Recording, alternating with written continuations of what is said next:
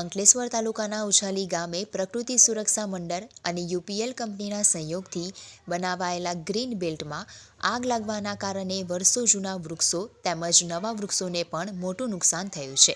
પ્રકૃતિ પ્રેમીઓ તેમના જન્મદિવસે અને વિશ્વ પર્યાવરણના દિવસે અહીંયા વૃક્ષારોપણ કરતા હતા. તેમજ યુપીએલ કંપનીને આ જમીન વૃક્ષારોપણ અને ઉછેર માટે ગ્રામ પંચાયત તરફથી આપવામાં આવ્યું હતું, જેમાં વૃક્ષો મોટા થઈ સુંદર વન ઊભું થયું હતું. પ્રકૃતિ સુરક્ષા મંડળ દ્વારા જણાવ્યું હતું કે આ બનાવથી પર્યાવરણને નુકસાન થયું છે.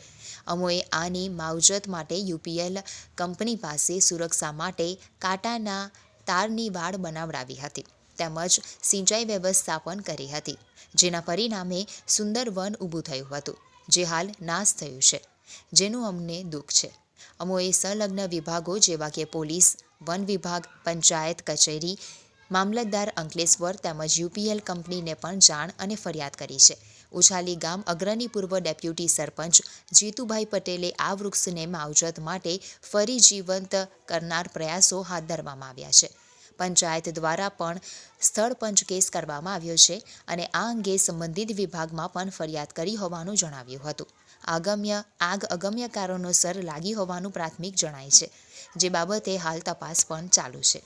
હું જીતેશભાઈ પટેલ ઉછાલી પંચાયતના સભ્ય તરીકે છું.